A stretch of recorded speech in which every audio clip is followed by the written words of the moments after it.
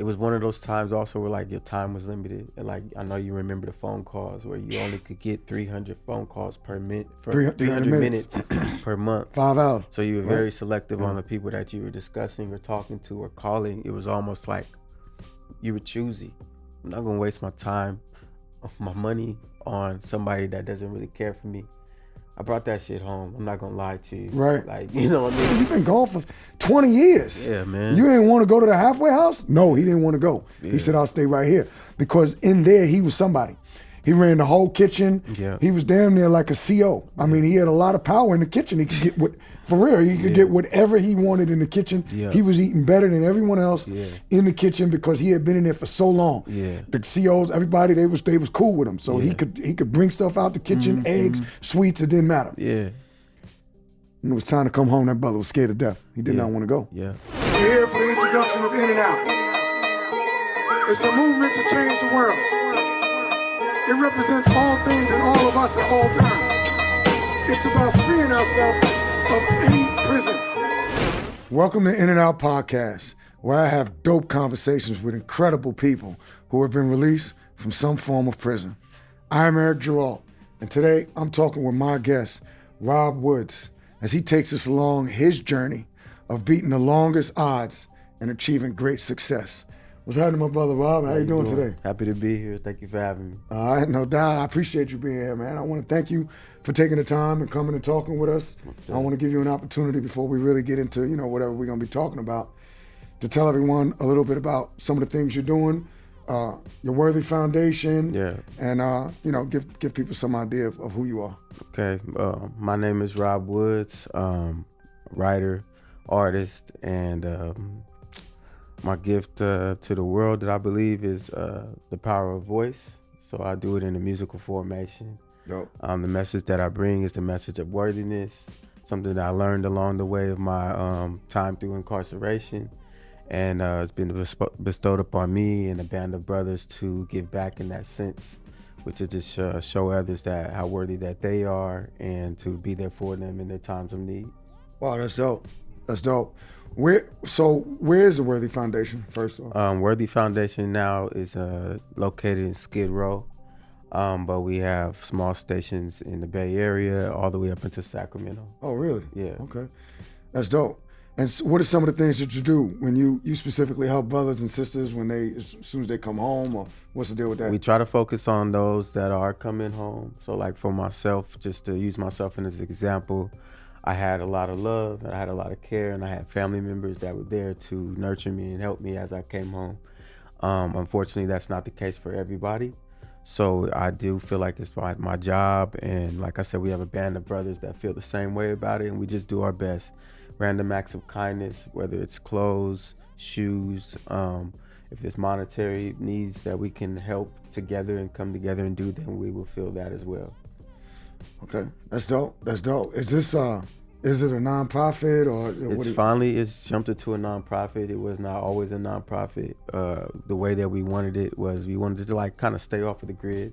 Like I said, there was a few of us that we all work, we all have jobs, and we all have ways to earn money, and we wanted to put it together in the right places. So when we got into doing things in the Skid Row area and downtown and things with homelessness, we found other people that wanted to help, but they needed a place to say that they were helping, in which the nonprofit allows them to give more freely, whether it's food or beverages. Having a 501c3 is something that is like a requirement for us now. So we are a full nonprofit. Wow. Yeah. Wow. Yeah, that's pretty dope. How long has the Worthy Foundation been in existence? We founded it in 2020. We really got our wings off the ground during the pandemic. Oh, okay. So that's where we had the most success and the most help at that time. Wow. So we started off with haircuts, food and water, donations of clothing from just the community. We didn't have anybody really backing us then. And then it slowly grew into like other individuals and small corporations wanted to back us. Yeah, that's pretty dope. But I'm curious now, because you said how did that work during the pandemic? Because it was like, people were scared to be together. You couldn't even get together in groups. We were scared to be together, definitely. But I don't know, man, it was a major call and need. So like within me being scared, I also knew that I was like taken care of. And I lived close to, downtown, and it's just like driving through that area, you would just drive through and see things. For me, it was crazy because at the time I was actually doing the project of Worthy, a song that I built and that I made. We're looking to do visuals together, going downtown, just looking for spots. And I saw a familiar face, and it was a brother that I was locked up with, who had gotten out, who had like stationed up on one of these corners in Skid Row, and just had like a whole tent of, things that he could help with, food, snacks. And we connected on the spot, and then we got together and we built. So, shouts out to Coach Solo, because he's the reason, that we were able to operate so freely in that area. That's dope. So when did you come up with, did you actually come up with the idea to do the Worthy Foundation when you were in prison? As you know, as we both know, like when you go to prison, for people that don't know, sometimes when you get in there, different groups of people, depending upon where you're from or whatever the deal is, they might give you like a care package for people coming in that might be like toothpaste or it might be like boxers. So you don't have to wear the state-issued boxes that they give you, which sometimes it's not even brand new. It's kind of crazy. But nah, you know what? That actually came after the fact. After I had went through the process and like had the time to reflect on like, okay, like what was my situation like? The do's, the don'ts, the goods, the bads, and the uglies. And I just wanted to capture that on the outside. One thing that I do also remember, like you said, as soon as you get in there, there's people that want to help, make sure that you're okay. But the haircut thing started off because I remember while doing time, like no matter like how much time I had, the days that I got my hair cut and I got the chance to see that mirror, I felt like, all right, I'm gonna be all right. You know what I mean? I felt good. I felt like I looked good. I felt like there was gonna be light at the end of the tunnel. So I wanted to do that. And even out here, you ain't even gotta be locked up, but you know how you feel on that day of just getting fresh. So for us to be able to operate freely with it, like I had a friend that was a barber who just came and volunteered. Another brother of mine named Juice, who was all the way in Seattle, was a barber, flew himself in, volunteered. So it came together very, very effortlessly because I just had so many people that wanted to give back around me. So it was a blessing. That's dope. That's dope. How much time did you do? I did 4 years. What did you do it for? Selling dope, man. For me, I felt like following the wrong track. Right. And the time for me is like I said, looking back on it, it wasn't that bad. We're going through it, you're always just like, damn, like I'm doing time. But the time was needed, and I felt like it was well spent because I got to get closer to myself. I started to write more, and even the song of Worthy was written, while I was on my top bunk. Right. Yeah. Okay, that's dope. So you wrote that when you was actually in there? Yeah. Okay. So when you were, what type of background, because you seem like a real positive brother. Man, like what type of background did you have? Was you always that positive? Man, I'll be honest with you. I got the type of background where I had no business being in prison. Looking at other individuals. Looking at other individuals who just didn't have, I had two strong parents. I had a grandfather that would come pick me up every weekend so we could work. I got people around me that like, I knew the right and the wrong, you know what I mean? And as an adult, I can say that. As a kid, you don't think like that. Like, yo, you have every opportunity not to go fuck up. Right. So, I was born in a Christian home, a good family, like that just loves the shit out of me. Right. Even to this day. So that has a lot to do with, where I am and where I'm at today. Everything to do with it. Because without that, I don't know where I'd be. Wow. Yeah. Were you, so you were kind of living a street life or whatever when you was younger? Living a street life, dibbling and dabbling, and just getting too close to shit that had nothing to do with me. You know what I mean? Wanting to be too curious of things and like, man, the messaging behind, like a lot of the stuff that I was receiving at the time, I just got a little jaded. Right. But the wake up calls came, and when they wake you up, like they really wake you up. What was that?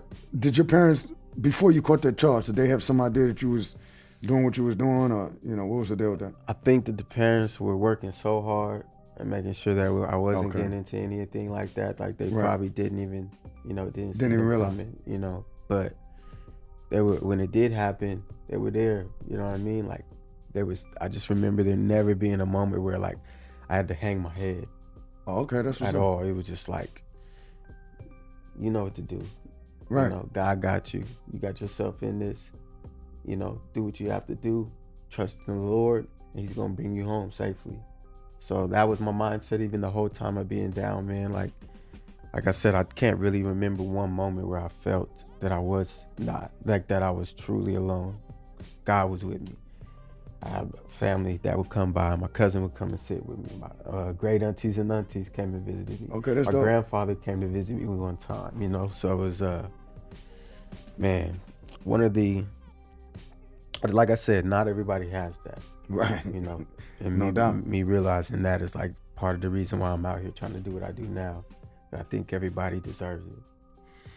Yeah, that support system is real strong. Like you said, not everybody has it. You know, I can remember, like, yo, there was cats in there that never even got a visit the whole time they was in there. And I'm talking about dudes that have been in there for, 5 years, 10 years, never got a visit from anybody in their family. I'm pretty sure you saw the same thing. Yeah. Talk about how strong that support system is and just making it through your journey and even when you come home. You know, I think it's a vital key to success. And when I mean success, I mean just coming out of that dark place. It's Right. nothing about business, money, none of that shit. It's just being in a place that you know is a little bit lower than where you're supposed to be. Right. And having people around you, man, that are like positive, that are just say, I believe in you, or I know you can do it, or we got your back. Right. What do you need? How can I help you? Let me know how I can help you. Like, those are things that I feel like we all need, man. It's like, shit, if we had that, bro, I feel like nothing could stop us. Right. You know, And you're trying to get it, and you're trying to get at the other people when trying they to come get home. my piece of it, man. You know, I can't do it all on my own, but I can hold my weight and I can do what I can. You know, and that's been my biggest thing. I haven't gotten too tied into, like, you know, even with the nonprofit stuff, like, there's been no crowdfundmes, no GoFundmes, any of that stuff. It's more so of like people coming together that want to help. Hey, Rob, I got this bag of shoes. Can I help you? Hey, Rob, I know how to cut hair. Can I help you? Right. I got a lead on housing. Can that help you? Right. That type of energy has been dope for me, you know, because like when I came home, that's all I had. I had a cousin who had a home. She had a couch for me. I slept on that for a long time, right? Another cousin who had a couch for me, slept on it for a long time. My sister had a couch for me, slept on it for a long time. She also had a job for me. Like, the resources like that is like what's connecting the dots. It just helped me a lot. So, yeah, man, like, I enjoy being able to do what I can and making it my purpose. That's dope. Where'd you do your time at? I did my time down in Terminal Island, San Pedro County, so not too far from here. And so I'm being here in LA, like, I run into a lot of familiar faces. And how was that? Was that like just doing the time? Was it hard for you to do the time? Was it like, was it a high security or was it violent? The thing about it was, like, I was a young dude going in there, so even in the sense of that, like, there was older individuals. I was lucky to get in there with, like, people who were just a little bit older, man, who was like, hey, youngster, wake up. Right. You know, do what you gotta do. Ride this line. Get out. Boom. So it was helpful to me. But the part that really I think made the time pass was the athleticism of the group that went in. Okay. So, you know, we jumped off the bus with a bunch of ballers, a bunch of hoopers. Oh, okay. They was happy to have us. So we spent the time, you know, being very physical. You know, so it wasn't the worst time, I'll be honest with you, man. The worst part of it was just not being around your family, right? Not being able to go home. And then, you know, those visits, so like the family does come and then they have to leave. That was tough. Okay. Did you have kids when you went in? Mm-mm. Okay. No so that's a good thing. Yeah. And I always heard that. I always heard people say that, like, it's good that you don't have kids. Yeah. I never understood that, but you know, parents worry. You know, just like my parents was worrying, like I would have been in there really worried about like what's going on the outside with my child. So ain't no question. My experience, well, one of the things I learned is that I did have children and a wife, but I also had parents. My parents are still alive, and all my kids is doing all right. But you don't think about the people that you hurt when you leave. Yeah. Like until you leave, and then you realize that they probably, at least, you know, that's my experience, and from speaking to a lot of people, they hurt. Yeah. I think they hurt more than we do. They do. They do in the time. with you. They doing the time with you. And their time don't stop, because every day you're not home. Like I'm seeing, like as a parent, like you don't really sleep that well, Right. until they're home. And then even when they get home, like you still not sleeping that well, because Right. you got to make sure that they right. So that process, like I really be honest with you, like I feel like I'm getting closer to the spot where like family is like, and the parents are like, okay, you know, and it's been some time now. Like I've been home almost 8 years, and it took me a minute to just get to a place where it was just like, all right, all right, he ain't going back. Right. He's good. Right. And now your parents probably they could see it too, and I'm sure they're proud of you and all that type of stuff. You know, they're the biggest driving motivators behind everything I do. That's dope. They're at the shows. They're at the events where we're giving back whenever they can be, and they're just in my life. That's a beautiful thing. Yeah. So I know you were speaking earlier. It kind of made me remember about some of the things that you don't even think about once you leave. Some of the things that we don't have when we're in there, like a soft mattress, or being able to look at yourself in the mirror in the room every day. Or so what were some of the things that you came home that you just kind of like you took for granted? Like It's a long list, but it's the good food. Like you said, that soft mattress, being able to shower without shower shoes. Oh man, I dreamed that's about right. it. You know what I mean? I dreamed about it. I dreamed about coming home, like, you know, I get to use my mom's towels and just the comfort, man. Just home, bro.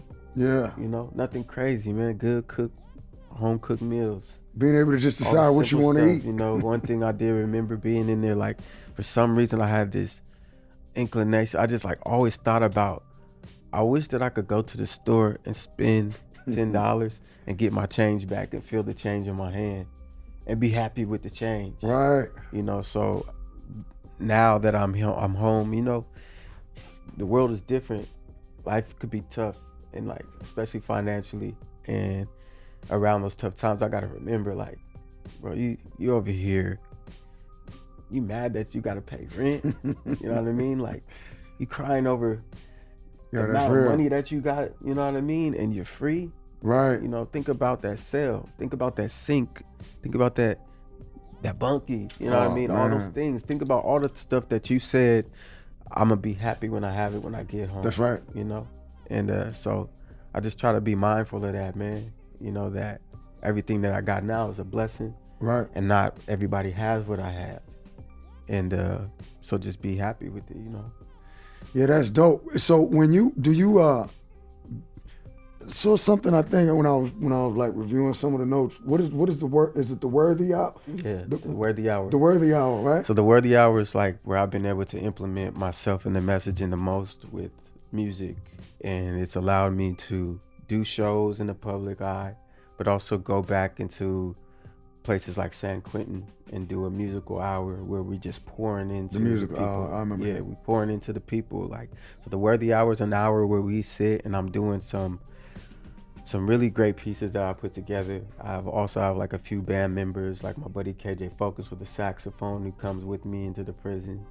I have another brother by the name T. Carrier who jumps on board, Kev Choice and Gunna Goes Global, who also did some time with me, and my boy Worthy Fit Q. We try to get into these spaces and just use that time to give to others. You know, for me, it's been music, but like with Q, it's been, you know, the gift of like mind, body, and soul and fitness. He's a fitness dude. So like when we get in there, he's getting one-on-one, speaking to the brothers that are on the inside about just keeping your body tight and like getting home and doing the same thing, because you know it's easy to keep your body tight on the inside. Oh man. So you know you get home, things have changed a little bit. Right? I had a bedroom body. I had a beach body when I was in there. Yeah. So you know, the worthy hour for me has just been like a group of us getting together, man, into a space where people want to hear what we have and dedicating that time into pouring into them. So the last place that we did it, San Quentin, the last outside show was in Sacramento, my hometown, and my city came out, and we just did a whole hour of music, man. Just love, man. Just like message-based music that I feel like people could use. Oh, that's dope. So they allow y'all to go into San Quentin and perform and do all of that. Yes, sir. All your music is positive? You know what? I'd like to think so. You know, for me. I just been a little bit more mindful of the content that I'm putting together out here because the mind is so malleable. You know what I mean? Right. It's, even myself, like I picked up music and images and things at a young age. I remember that. You know, so when I'm creating, I want to create something positive because I know it's gonna stick with a person. Right. You know, throughout the day. Did you do music before you went to prison? I did. Yeah. Was the music the same? Was it? It wasn't, man. You know, the music I did before was just like, I didn't know what type of music I liked to do. I just knew I liked to rap. So it was like more freestyle based and just putting little stuff out there. You know, me and the homies getting together. We had a dope sound, but we hadn't like mastered, you know, the gift of it at all and realized like the messaging. You know, we were so young, messaging didn't mean nothing. It's more so just about the beats, Right. you know, and the feeling. So now I've been able to like fuse the two. That's dope. You know, I learned about something called a winning diet. And that's like everything not only that we take in that we eat, but everything that our eyes see, everything that our ears see. Yeah. And it just is I'm always intrigued when I hear people talking about the messaging like yourself. You're talking about the positive music and everything, because I personally believe it makes a difference, and obviously you do too. Yeah. That's why I was asking about the change. Majorly. That's dope. When you were in prison, did they give you, do you feel like the prison system itself gave you any of these same tools or prepared you in any way positive when you did leave, the way that you're doing now that you're out? I feel like the structure behind it in the day breakdown, meaning like, because there was, you know, again, I was young, so I probably wasn't taking advantage of any of the, because I know there was programs, there was like college programs. I would see like dudes, like older dudes, I'm in my 20s, some people like in their 30s, they're in there, they're getting that knowledge, you know, they taking these classes. Right. I'm like, I didn't come to prison to go to college. You know, that was my mindset, you know what I mean? But they did have some programs. But they had some programs, and they had some things that you could work with. A lot of people found their craft in prison. But thing that I think that I took home for a while was just the structure of like the wake up times, the eating times, the work. You know, we all worked in there, so I wasn't too afraid to work when I got home, no matter where it was. Like that experience really humbled me, because I would never take a job at like a McDonald's or nothing like that before prison for some reason. Don't know why, but like after I was trying to get into McDonald's, I want Burger King, I want Starbucks, whatever, you know, any job, you know. So it helped me understand that like the work ethic goes further than the job, you know. And I scored my first job as like a dishwasher at Joe's Crab Shack off of Fisherman's Wharf, and I was happy to do it.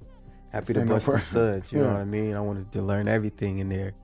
So the structure of the day, definitely, I feel like that was a positive thing that I took home. Right. Yeah. And how much did you get paid when you was in prison for the job? Shit, man, I want to say maybe I was bringing in like $20 per month. Per month. Yeah, $20 per month. Were you in Unicor? Because that's I was in Unicor. $20 sounds like a lot. I was in the kitchen. Unicor, they had got it up to where like those dudes made like maybe $100 or more. Okay.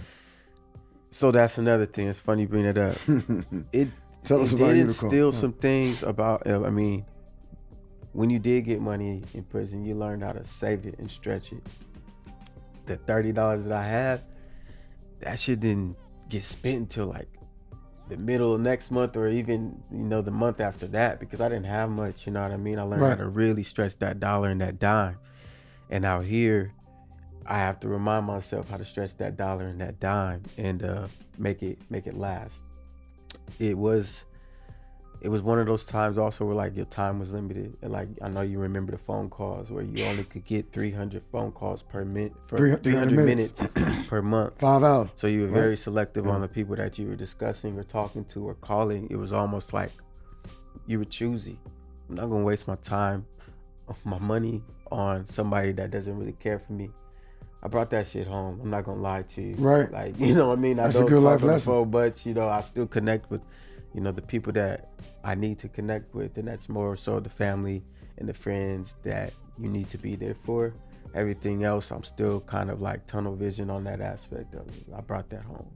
Yeah, that's funny that you say that, because you know, I experienced something very similar also, basically the same thing. You just when you lose that time and it's taken away from you, man, time it means so much more to me now, because I took my time, and who I spent it with, how I spent it, you know, I really, really took it for granted, and that division of time, that's one of the best things, I think. You know, like you say, on that phone, you got 5 hours, and you know, in the beginning, maybe I was reaching out to a couple people. When you realize how fast that 5 hours go, man.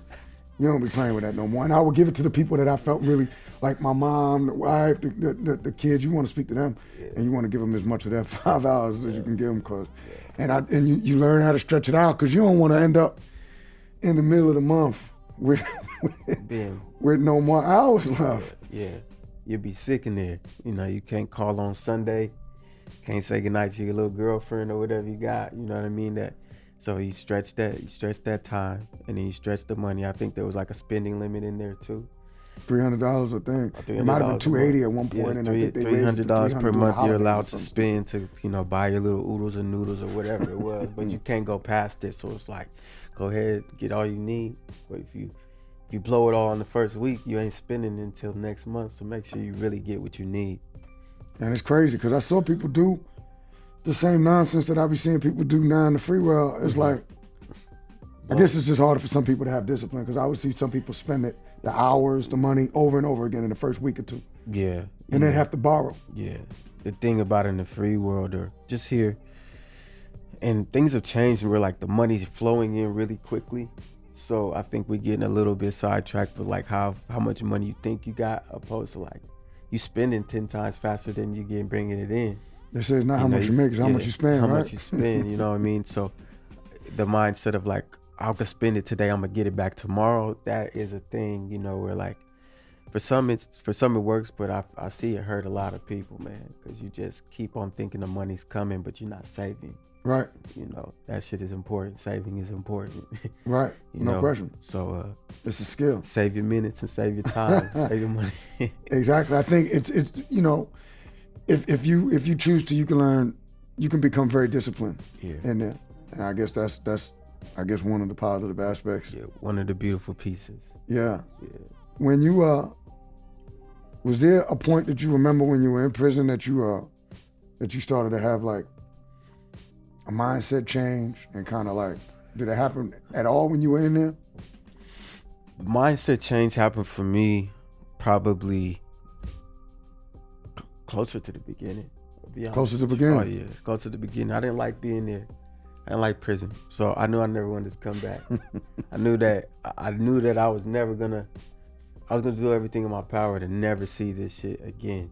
You know, never put on another man's socks.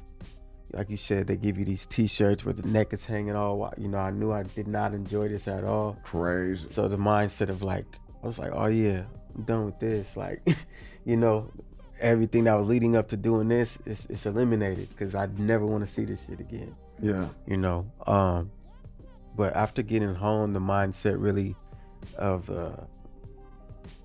just focusing in and being okay with like having what I got and just working, that was something that came after I got home, because I had all these wild thoughts when I left the place and what I was going to do. But like, it took me some time to settle down and be like, yo, it's actually okay for you to just be okay. You know, it's actually okay for you to just create. It's actually okay for you to not be the richest dude in the room with the flashiest stuff. You know what I mean? Yeah, you're giving jewels right there. Yeah, you know, it's okay. So that's something that I learned, and a valuable lesson for myself. That's dope. It's actually okay for you to be okay. Yeah, that's it. Like, be okay with that. Be proud to be thankful for, you know, that you're okay. That's dope. Might not be rich, might not have loads of money in the bank, but you're all right. You know what I mean? You woke up breathing, you can move around, got you a little A to B bucket or a bike or whatever you got, whatever your situation is, you're all right. You know? You're all right? Yeah. You're all right. That's real talk, because listen, so many of us get caught up in situations because of, you know, just the way that we think. Like Rob said, like, you okay, but you think you ain't okay. So you out here, you chasing something, and then when you end up in that situation, man, it's crazy. Yeah. I'm sure you had a lot of friends, but a lot of friends have probably experienced, because I think another one of the things that people don't think about when they do go in there is, like we was touching on earlier, the people that you affect, that woman that you leave, or people go in there. If you in there for a long period of time, most times it's gonna break up. Yeah. It's gonna break up the marriage, or it's gonna break up that relationship. Yeah. Did you see a lot of your friends, or did you have? I know some of y'all might have been younger when you went in, but what was that situation like? Did you see people in there hurting? I saw people in there hurting. I saw, relationships being strained. I saw friendships diminishing, families being torn apart during this time. That's just the honest truth, right? But even in that sense, like, that was a time where I feel like a lot of brothers need to hear that, like, you're gonna be okay, right? Like, everything that's happening is happening for a reason. This person that might detach from you right now, it's for a reason. It's divine. You can't stop it. Don't worry about it so much. Let things be, and the rebuild will come once you are able to get home. You know what I mean? Go ahead and but let it be. Don't try to hold on to things too much. So I saw that happen on the inside, and I saw it happen on the outs. Like, even when I came home, like, some of the friendships that I had, they weren't the same. We had grew apart. Time had just been too much time in between, and they're in a different path than where I'm going, and vice versa. So that was a life lesson in itself. And it made me see, like, how valuable that time was that I missed. So, like, that little 4 years for me, that was like a lot of my friends were going through college years and shit, Right. like, some really dope stuff had happened that I missed out on those things, but even then it was like, it wasn't for me to be there. Right. So yeah. And then to go back to, like, the brothers that were on the inside, like, it was just tough, for a person not to be able to be so attached to whoever it was they were before, whether it was their girlfriend, you just get to speak with them, see them every single day. It wasn't Right. like that. Like, you gotta be okay with the fact that you might not talk to them today, trusting each other and things of that nature. So for me, I didn't have that. I didn't have, like, wasn't in a relationship. I think that was best for me too. Right. Because I saw that other side. It's like, boy, that boy going through it over there on that phone, Yeah. with the wifey or whatever. But for me, it was like, I have friends, good friends, male and female, that were, like, lucky they were there for me, when I needed them. But I tried my best not to be too dependent on them during this time. Right. 'Cause that could strain the relationship too.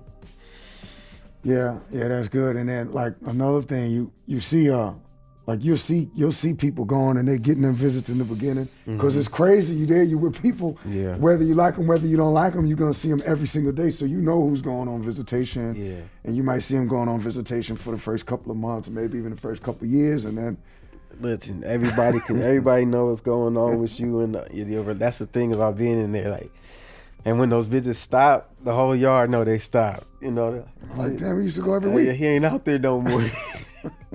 He ain't out there no more. She ain't came in a minute. Like, what's going on?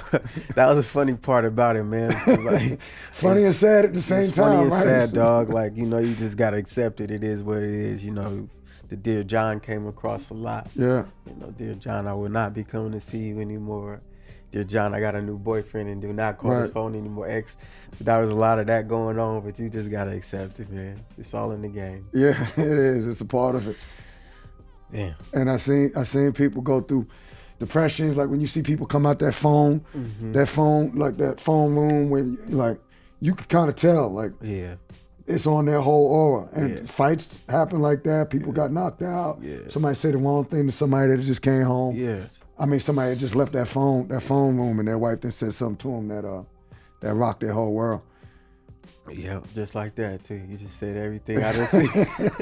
Took me through memory lane. But yeah, be careful, mindful. You just never know where a person's at mentally too. Right, that's key. And that's just that's here, in the world. You never know what's going on with a person in their life. So be careful. How you treating people out here. Yeah, that's good teaching. Yeah. And those were another lessons I learned. Like there, everything is closer. You're more confined. But you're right. I hear you never know what a person is going through in there. Yeah. You never know what a person's going through. You might see them every day. Yeah. So you kind of maybe instantly know after, you pick up on certain things, but out here, you got to keep those same lessons. Mm-hmm. So we're worthy, do you, like, because this seems like real good advice. Like, I mean, we're just talking, but do you kind of like have opportunities to when people just come home to talk to them on a level like this? I'm looking for more and more opportunities, and they becoming super genuine though. It hasn't been like, hey, there's a brother coming home, I'm gonna go meet. Like, it's been a phone call comes in, hey, my brother's coming home. What should I do? And then I'm able to pull up and help and give advice and like maybe find some resources that can help this person. But the most recent experience was one that like really woke me up was when I traveled back home and I used to Sacramento, and I hopped on the train. And when I got off the train, there was a brother there. Looked very familiar because I've been in his shoes before. You know what I mean? He had that bag. He had that clear netted bag. Right. And he just like, was kind of wandering around. And I just asked him, hey, you good? And he's like, bro, I know it's going to sound weird, but could I use your phone? Right. Like, that's what he said to you? Yeah. I know it's going to sound weird. Okay. So I give him the phone. He hops on the cell phone and he calls like a family member real quick. I can just hear him talking. He's like, hey, man, I'm home. Wow. And he's like, in the conversation we're like this, are you home? Oh, shit, I don't get off till 3 p.m. And he's like, brother's like, all right, I'm gonna stay right here. I'm gonna stay right here at the train station till you get off at 3. I'm gonna be right here though. Don't even worry about it. Gave him the address, told him to come pick him up. At that moment, man, I just realized like, damn, bro, like there's no way in the world that a person should be standing around 4 to 5 hours after they get out of prison. I knew that he wanted to stay in that spot though because he didn't want to deter. He didn't want to go anywhere else. He wanted to get straight off that train into the hands of his family, into a safe space. And I was like, we gotta help. Wow. We gotta be like that 4 hours. Like this is me thinking out loud. Like I'd love to be that 4 hours that he's waiting on his family. Because right. Brother gets off at 3 p.m. There should be a place for this dude to go for that 4 hours. Whether it's to, just a safe house, bro. Right. Go get you some good food, some warm clothes, some brothers like ourselves that like have a little bit of insight about what they're about to get into. That would be really dope. And that's more so for the state, because the state, I don't think they're required to do halfway housing. Feds, you're required to do halfway housing. So this is a state dude, and I just realized the difference. I'm like, dang, these dudes, it seems like, they're getting out and it's like, I'm free. But a lot of these dudes getting out and they don't got nothing. So they're back on the streets just looking for something to do and looking for some time to pass. And, I want to do my job and find out a way that I can help there. So in the future, I do see us fulfilling that void, just that space and time, but from incarceration to home, we want to be that bridge there. Yeah, you bring up a good point, and you're right. I don't know how it is. Like, every state is different. Yeah. But you're right. The feds, they got the halfway house. Mm-hmm. That's that transition period. Yeah. You're like, what the hell is somebody gonna do when you've been gone for a number, God knows how many years. Yeah. And they give you a bus ticket, and that's probably different. I don't know how much they give you. I know they don't give you no more than $100. If they give you anything, they might not give you that. Yeah. Yeah, and it's just like tossing you out to the wolves. Yeah. For some, not for everybody. Like I said, the ones who have the people and the structure, but the person who don't got nowhere to go, like I've seen some brothers be reluctant to go home. What you saying?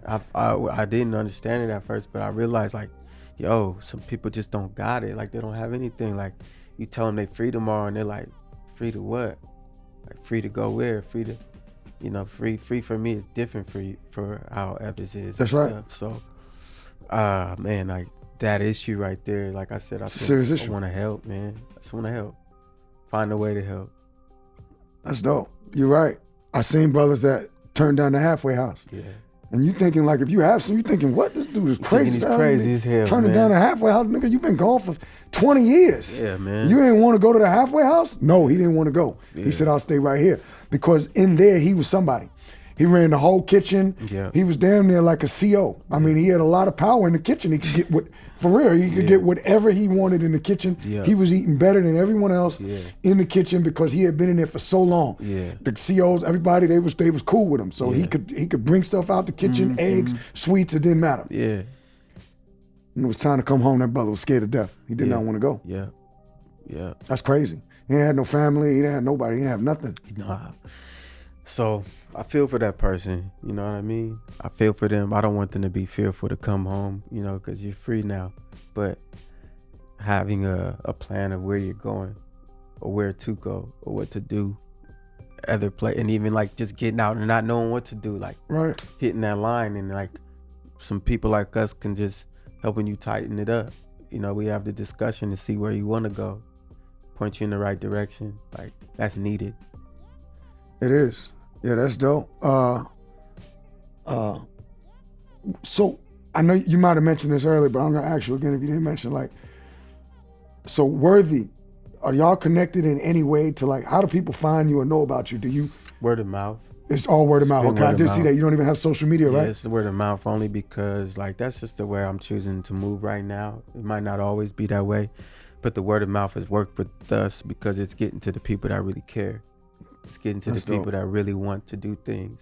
And it's not more so for, like, social media is just a different place for us. Like, we want to learn how to navigate that properly, but we want to do the work before we bring any of that stuff there. So, but if you're looking for any way to help with that, just directly connect with me, you know, via social media.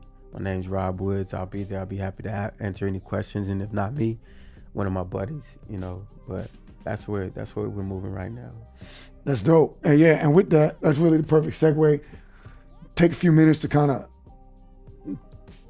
I guess, tell us some of your future plans. Yeah. I was gonna say tell people where to find you on social media. Yeah. That's what I'm used to saying, but it was a conscious decision that you all made to not have social media. Yeah, conscious decision, but because like most of the people behind this, like behind the organization, we all did time, and you know how it is. Like we kind of move a little bit differently and a little bit more in some areas silently, and not everything has to be on the forefront, but the connection is there.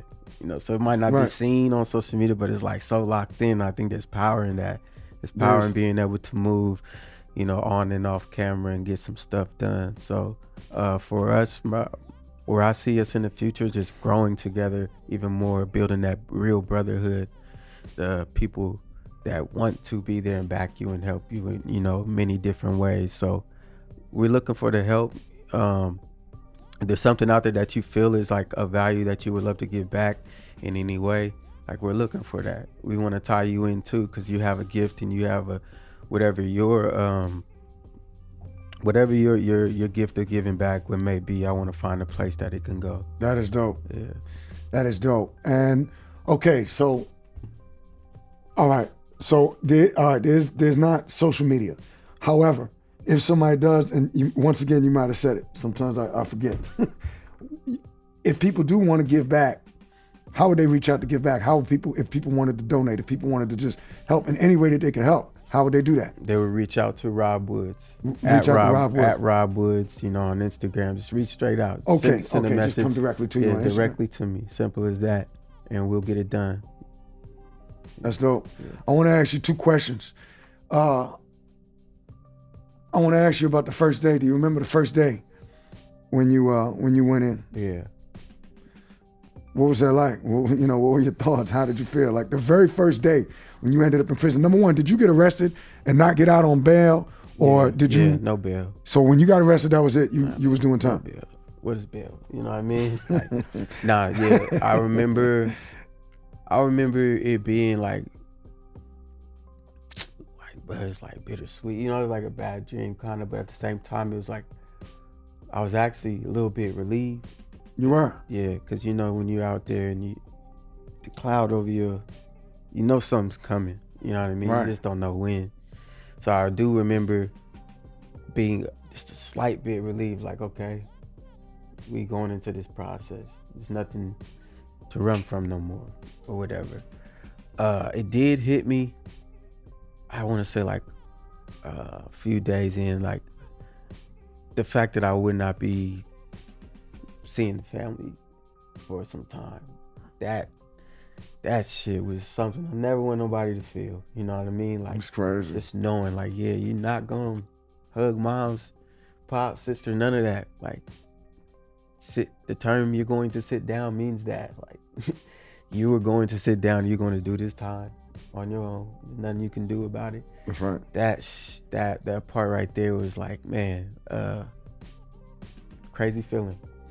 Devastating. Yeah, because it's just a reality check.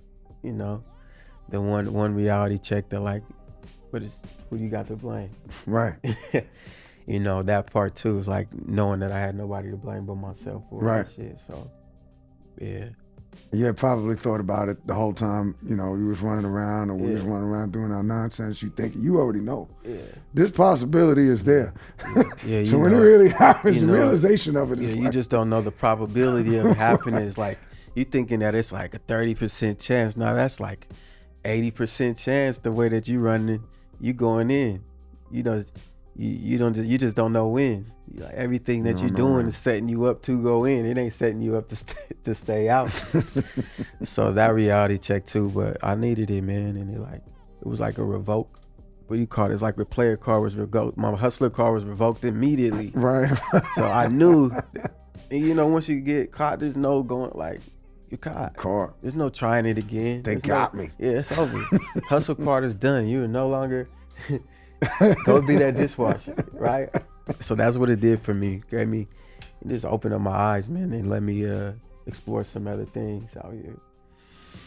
Yeah, it's crazy because, yeah, that's, when you go in there, like, they strip you of, they basically try and break you down and strip you of everything, literally and physically. Yeah. You know what I mean? Like, you literally gonna strip for other men, like, countless times. Yeah, they're gonna do it crazy. You're gonna do it so many times it don't even mean nothing to you no more. It's nothing. Just, they do a good job of doing that. Hell yeah. Of making sure you know who's in power, and like, you will do when told, without question. A lot of that, like, you learn that. Either the easy way or the hard way. It's gonna happen. So yeah, that's one thing that I feel like I said, I never want to return to that feeling. Yeah. Ever. Yeah, that's well said. You right. And I think that's what a lot of people don't think about. All that tough guy shit, listen, it don't matter who you are or what you did. Yeah. When you get in there, you are going to submit. Yeah. At the end of the day, you're going to stand up for count. Yeah. At various times throughout the day. You're not going to sit down. Mm-hmm. You're going to stand up. We ain't going to just count you. Yeah. You're going to stand. And if you don't stand, they're going to deal with you. They're going to deal with you. They're going to deal with you accordingly. Or your brother's going to deal with you. Because you're not standing up for count, bucking the system. Now it's affecting other people. That's right. It's affecting other people. And that's the reality of it. Like, a lot of stuff that we do, even out here, it's affecting other people. You know, you think that it's just on you, but it's not. So, you know, be mindful of these choices and the things that you're doing, because somebody at home's getting hit with the same, you know, feeling, if not more, than what you had. Right. Yeah. And my last question for you, do you remember the day you came home? And what was that like? I remember that shit like it was yesterday. Like, what was it like? A dream come true, man. My mother and my father came and picked me up. And my dad came, like, right to the front of the jail. And just came and gave me the biggest hug. And sheesh, man, it was just like the greatest time, you know, just being back into their arms. I remember not knowing how to use an iPhone, you know, and like I thought that was crazy. My mom and dad showed me how to use an iPhone. I'm like, how you do this? They're like, oh look, show me YouTube. I was like, damn, I never thought it'd be a day when my parents were showing me technology and stuff. We had a nice drive home. We stopped, got some fresh fruit. Right. Went and picked my sisters up. We had a good meal, and that was like, God, then it was like euphoria feeling. It was just like a high. I was on a high, bro. Right. Seriously, like, I already know. Couldn't nothing touch that feeling of just being together with the family and home again. That's dope. Mm-hmm. That's dope. Well, that's beautiful. The time is coming to an end. You got maybe a couple words you could say, words of encouragement, or, you know, whatever you could say to somebody that might be listening. Yo, you out there listening, I want to tell you that you are worthy. I want to tell you to continue to grow and continue to love yourself and to love your sister and our brother. Show up for yourself first, and then show up for the others that you love in every form and fashion that you can. And no matter what, at the end of the day, believe in yourself. All right. That's dope. Y'all heard it right here from the brother Rob Woods, letting you know that there is no doubt you are worthy. He's doing wonderful things out here. He told you how to find him at Rob Woods. You know, if you know somebody that's going to be in a situation or needs help that's coming home, you got to reach out to him. He ain't doing the social media thing. It's the word of mouth. It's for the real. And you already know where to find us on all social media platforms. Wherever you look to find your podcast, check in for In and Out WW. That's INNOUTWW. And once again, we appreciate you coming in. And now we out. Peace.